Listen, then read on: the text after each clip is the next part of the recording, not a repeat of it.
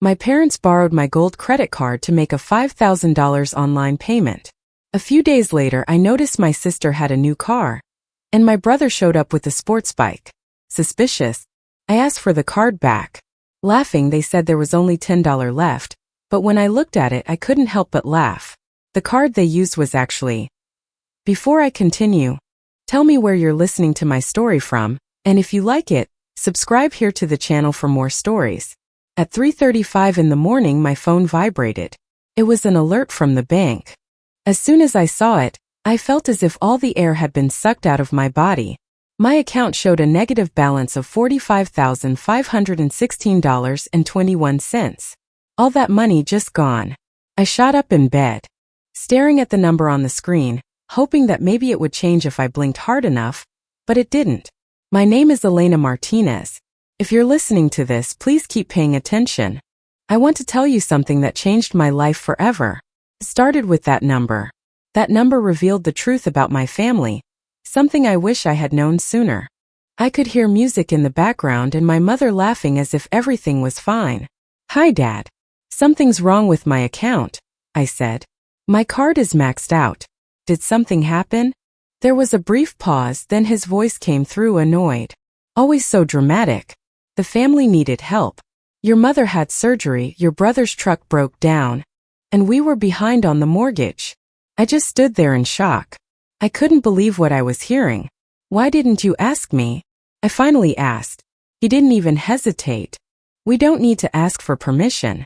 You owe us." Then my mother chimed in with a cold laugh.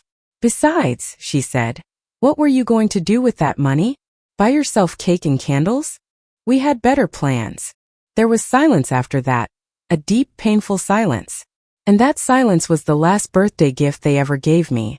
I took a breath and said calmly, "Then never call me again." They thought that because I was the responsible one, the one who had made it, they could just keep taking from me forever. But that night I made a decision. I became the person who cuts ties. My bank flagged it as unauthorized use. I didn't argue. My mother's student loans were frozen. I had been the cosigner, but now I removed my name due to financial stress. I disentangled myself from everything quietly. No fights, no warnings, no big scenes. Just silent steps into the distance. I transformed all that pain into action, into clear, precise steps. And their birthday gift to themselves, stealing from me, became the moment they lost me forever. The next morning, my phone lit up like a bonfire. There were so many missed calls and messages. Another one said, "Honey, did something happen with the mortgage?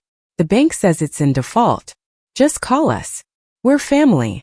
That word only seemed to matter to them when something went wrong, when things started to fall apart. Where was that word when they emptied my bank account? Where was it when they used me without asking permission? I didn't answer any of them. I was too busy. I was cutting the strings they had been using for years. They forgot something important. I wasn't just a nice person. I was the one in control. My name was on the truck. My name was on the house. I was the cosigner, the backup, the emergency contact. They used me like a debit card that never ran out of funds, and they thought that because they loved me, they could keep doing it forever. But this wasn't about the $45,000.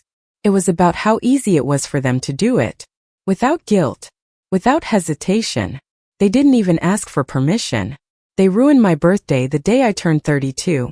With cold hands and selfish decisions. These were the same people who taught me what love was supposed to be, but now it felt fake. As if they had sold me a dream and signed my name at the bottom without consulting me. I looked back at some old messages from last Christmas. "We're so proud of you, daughter. You're a success story. We don't say it enough, but you're our miracle." I used to cry when I read those words. Now I just felt empty. If I was really a miracle, why did they treat me like an ATM with a heartbeat? So I did to them what they did to me. Silently. I disconnected everything. I ended all ties. While they called, texted, and pleaded, I finally took a deep breath. For the first time. It wasn't me trying to fix everything. I was no longer the helper. I was the wall they could no longer get through. And I wasn't done yet. By Saturday, they were so desperate they came to my house. I looked through the peephole. My father was on the porch, red with rage, pacing like he owned the place. My mother was crying loudly into her faded leopard print sweater, louder than the doorbell.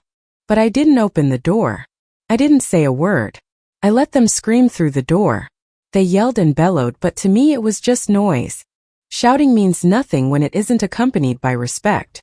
They stayed outside for about 12 minutes, pounding on the door, begging me to listen, and even throwing out threats. Elena, you're ruining everything. We trusted you. How could you do this to your own family?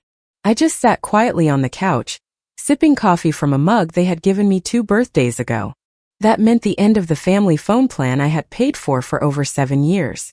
Hulu, Netflix in my name, and no utility bills under my credit, especially since my mother's credit didn't qualify. I shut it all down. Later that day, I saw my mother post something on Facebook. It was one of those vague, emotional messages. It read, "It's always the ones you love the most who hurt you the deepest." She didn't tag me, but I knew it was about me. Her friends flooded the comments. "You raised her too soft. She owes you everything." Kids these days are so entitled. Entitled? I gave them everything not because I had to, but because I believed in family. I believed that love meant helping, supporting, and being there. But they turned that idea of family into a weapon. They used it to take from me again and again. That night, I changed my phone number. Before I turned it off, I left one last voicemail. "You chose convenience over honesty. You broke the trust that took years to build. Now you can rebuild without me." Then I blocked every number. No dramatic goodbyes, no revenge plans. Just silence. The same silence they gave me every time they took something without asking. But now the silence finally belonged to me. The next day I got a message from my cousin Sophia. I just stopped paying for it. There was no reply, just those 4 little dots as if she was typing, then nothing. That silence hit harder than any insult. Later that day, I received an email from my mother. It was from an address I didn't recognize. The subject line read, "Please read this." The email said, "We didn't raise you to be this way." I didn't open it. I didn't need to. Because here's the thing she never understood.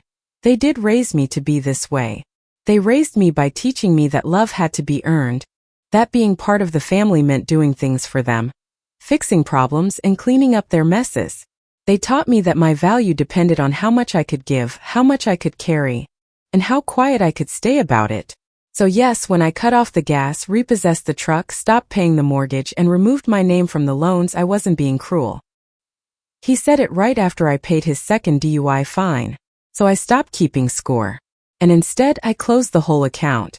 That same month, I started going to therapy.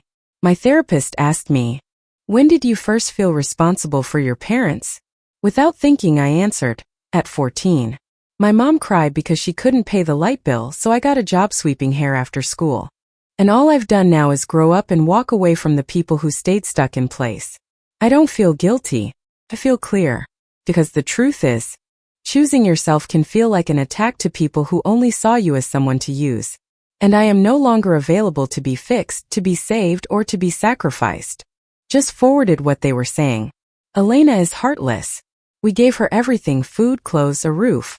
She got successful and forgot where she came from. Let me remind you where I come from. I come from eviction notices taped to windows. I come from watching my mother fake seizures to get extensions on bills. I come from my father borrowing money and calling it a gift. They say I should be grateful, but I turned survival into something better. I took what little I had and created stability, not just for myself, but for all of us. But they didn't want stability. They wanted control. They wanted me to stay small, grateful, dependent because my growth forced them to face their own choices. And now I'm done playing that role. When I finally stood up for myself, they called me cold, heartless, ungrateful. They forgot all the times I paid for dinner, the Christmas gifts I bought to make the holidays special, the birthday parties I organized and paid for even though they never remembered mine. They only remembered what I wouldn't give, not how many times they took. Sophia sent me another message. "I know it's a mess, but they're still your parents." I started to type, then stopped. I deleted my first response. Then I wrote, "If you break someone over and over again, you don't get to act surprised when they stop coming home." Then I blocked the thread and silenced the guilt. That night, I posted a short message to my small group of online friends. Boundaries don't make you a bad person. They just make the silence easier to live in. Within hours, messages flooded my inbox. People I knew, people I didn't. I needed this. I've been Elena too. Thank you for saying what I couldn't. I no longer needed my family's version of me, the version where I was the selfish daughter, the ungrateful sister. That version was never real. I rewrote myself. And this new version of me isn't here to perform or to earn forgiveness. It's here to live. It was a Thursday. The rain was hitting the windows like a soft tap. I lit a candle, made some tea, and for the first time in a long time I just sat still. I felt peace. Then my phone vibrated. It was a voicemail from my mother. Elena, it's your mother. Your father fell and broke his leg. We're at the general hospital. No insurance. They won't do the surgery unless we pay for part of it. We know you're upset, but this is serious. This is family. Not with love, but with pressure. Never an apology, just an emergency. I opened my laptop and pulled up a spreadsheet. The truth is, I could afford it. I had the money. The birthday they forgot but still charged dinner to my card. The $45,000 they stole and called family help. I looked at all of it, and just like that, their new emergency no longer felt like mine. It felt like another trap. A new guilt trip wrapped in the same old pain. So I didn't call. Instead, I let the rain keep tapping and I stayed still. I didn't write a check to the hospital. I wrote one to myself. A deposit into what I now call my peace fund. A promise that I will protect my peace, even when guilt tries to sneak back in. And it tried. Guilt always finds a way in. Whispering, you should help. You're the good one. But this time I didn't listen. I slammed that door shut. I sent a message to Sophia. Tell them I hope he gets better. But I'm not going to hurt myself again just to fix their pain. She didn't reply. And for the first time, that silence didn't hurt. It didn't sting. Felt like fresh air. Felt like freedom. That night, I slept with the window open a little. Just enough to let the cool air in. I didn't leave my phone by the bed. No vibrations, no middle of the night panic. For once, because letting go of people who never respected your value isn't being a bad person. It's choosing to live. And I was finally truly living. On my own terms. A few weeks later, I walked into my cousin Christina's wedding. I went with my head held high and my heart strong. I didn't go to please anyone. I went because Christina mattered to me. She was the one who always saw me. Not as the family fixer, but just as Elena, even before I had the career or the strength to say no. I knew my parents would be there. I expected it. My mother wore a tight dress she probably couldn't afford. My father had a cane and a rented suit. The limp looked more like a performance than actual pain. As soon as I entered the hall, I wasn't there to make peace. I was there as my own person. They didn't say a word, but their looks said it all. Talk to us. Fix this. Do what you always do. But I didn't move. I didn't shrink. I sat at a table with Christina's friends. I laughed loud. I danced with joy. I let my happiness be a kind of silent rebellion. As if to say, you don't get to decide how I feel anymore. I had become a lighthouse. Shining from a distance, still bright, still safe but untouchable. During the wedding toast, my father raised his glass and looked at me. Peace comes from walking through the pain and deciding not to carry someone else's burden anymore. I was done carrying theirs. That night, I danced until my feet hurt. I sang until my voice cracked. A year since they took $45,000 from me. A year since that voicemail that broke more than just my trust. A year since I stopped answering their calls and started answering my own needs. The guilt doesn't hit the same way anymore. It used to feel like an alarm in my chest, loud and painful. Now it's just a quiet noise I can turn off with the truth.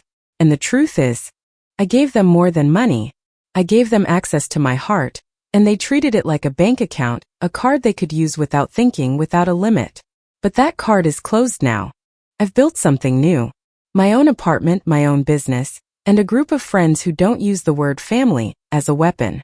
Friends who don't drain me to feel whole, who don't need something from me to stay close. My mother still posts vague updates online. My father still plays the victim in family conversations. But their voices no longer echo in my life. I've built walls made of self-worth, and now I don't care what they say because I don't belong to them anymore. I belong to me. Completely, finally, and freely. This year on my birthday. My phone didn't ring. No card, no fake message from them. Nothing. But I did get a knock on my door. It was Christina standing there with a cake and candles. She looked at me and whispered, "You were never the problem. You were just the first one to escape." We lit the candles together. We didn't make wishes. We just breathed. Because healing isn't always loud.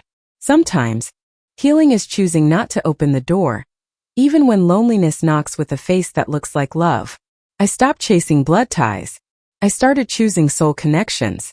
The kind of people who don't ask for your energy just to feel good. The kind who call you not because they need help but because they care. Mom still posts vague updates online. Dad still plays the victim in family conversations. But their voices no longer resonate in my life. I've built walls made of self-worth. And now I don't care what they say because I don't belong to them anymore. Look, I swear I never thought being a good daughter meant signing a blank check on my own life. But it turns out it was just an automatic payment system. Now that I've cut those ties, I've discovered something wonderful. Peace isn't a gift, it's a decision. And boy, do I feel generous for having given myself that decision. It's ironic. They wanted my money, but now they can't even afford to pay me with a thank you. How about that?